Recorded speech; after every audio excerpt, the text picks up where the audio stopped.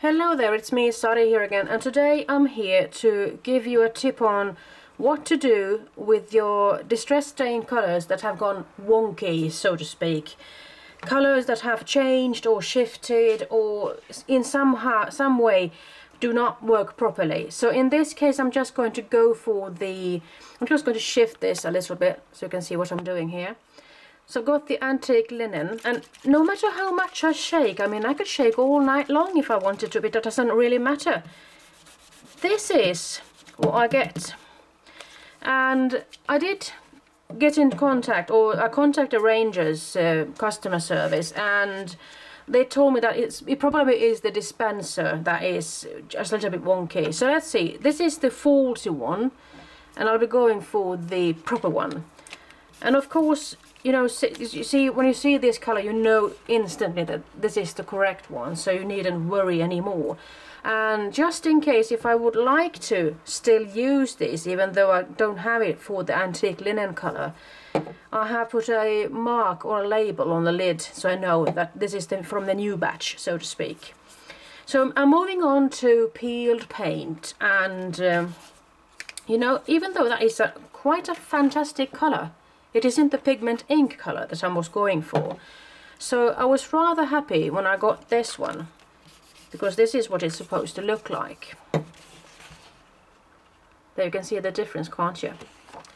So moving on, to my surprise, when I was going to use the Dusty Concord one time, it was sort of in a wonderfully blue, sort of faded or muted petrol blue, but this is something, this was what I was going for really.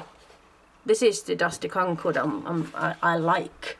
And when it came to pumice stone, because that was a colour that I was rather late when it came to finding out or just realising how fantastic a colour that is. This is what it looked like there, and it sort of looks green, I must say.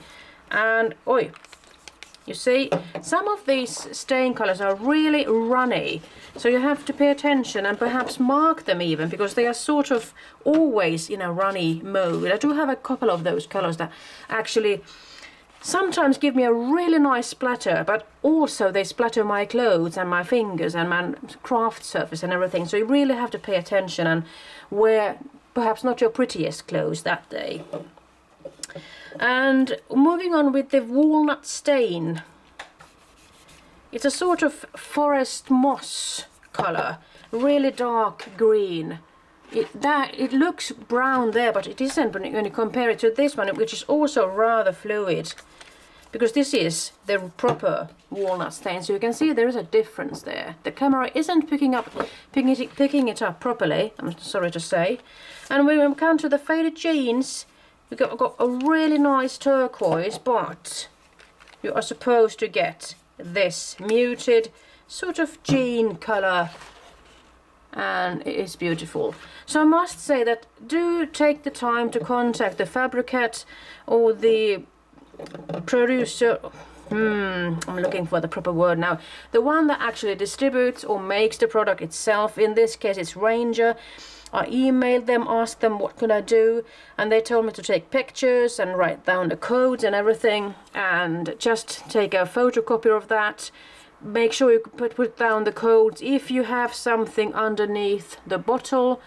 Some of them haven't got it, but just take the bottles and see if you can send them some kind of an information on where it was made and when, perhaps. So in this case they told me that it was the dispenser that made the colors come out wonky, but in less time than a week I actually did get my new bottles home to me. So I must say that was a really excellent service. So whenever you have a problem with a product, don't hesitate contacting the manufacturer itself. That's my tip for you today.